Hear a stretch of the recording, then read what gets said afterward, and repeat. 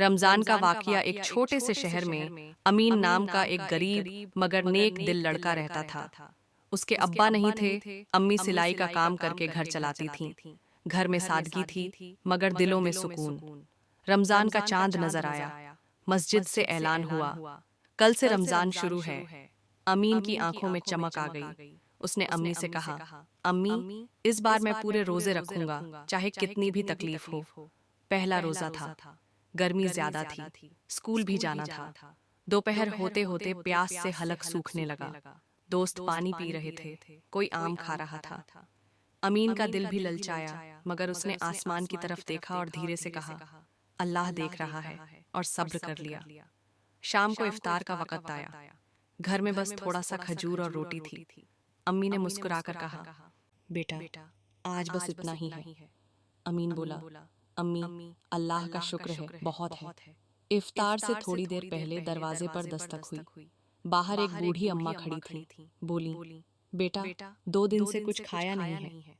अमीन ने बिना सोचे समझे इफ्तार की थाली उठा ली और बूढ़ी अम्मा को दे दी। अम्मी ने भी हामी भर दी। इफ्तार का वक्त निकल गया। अमीन और उसकी अम्मी ने पानी से रोजा खोला और अल्लाह का शुक्र अदा किया। उस रात तरावीह के बाद इमाम साहब ने कहा, रमजान सिर्फ भूखा रहने का नाम नहीं, ये दूसरों का दर्द समझने का महीना है। अमीन का दिल खुश हो गया। उसे लगा जैसे ये बात उसी के लिए कही गई हो। दिन बीतते गए। अमीन रोजा भी रखता, पढ़ाई भी करता और मस्जिद में सफाई में मदद भी करता। एक दिन मस्जिद के बाहर एक अमीर आदमी आया। उसने अमीन को काम करते देखा और पूछा, बेटा, तुम रोज रोज यहाँ क्यों आते हो? अमीन बोला, अल्लाह को खुश करने के लिए। उस आदमी की आंखें भर आईं। उसने अमीन के सिर पर हाथ रखा और कहा, अल्लाह तुम्हें बहुत ऊंचा मुकाम देगा। आखिरी अशरा आया, लैलतुल कद्र की रात। अमीन पूरी शिद्दत से दुआ कर रहा था, या अल्लाह, मेरी अम्मी को हमेशा खुश रखना और मुझे नेक इंसान बनाना। अगले दिन चमत्कार हुआ। वही अमीर आदमी अमीन के घर आया। पता चला वह एक ट्रस्ट चलाता है।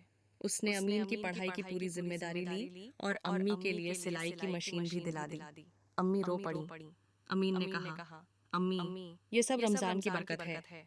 ईद आई। अमीन ने नए कपड़े पहने, मस्जिद में नमाज अदा की। मगर उसकी सबसे बड़ी खुशी यह थी कि उसने रमजान में सब्र, सच्चाई और मदद करना सीख लिया था। ईद की नमाज के बाद उसने अपने दोस्त से कहा, रमजान चला गया, मगर रमजान की आदतें नहीं जानी चाहिए। और सच में यही रमजान का असली पैगाम है। अगर आप हमारे चैनल पर नए हैं तो मशहूर इस्लामिक नेटवर्क चैनल को सब्सक्राइब करें और घंटी के बेल आइकन को जरूर दबाएं।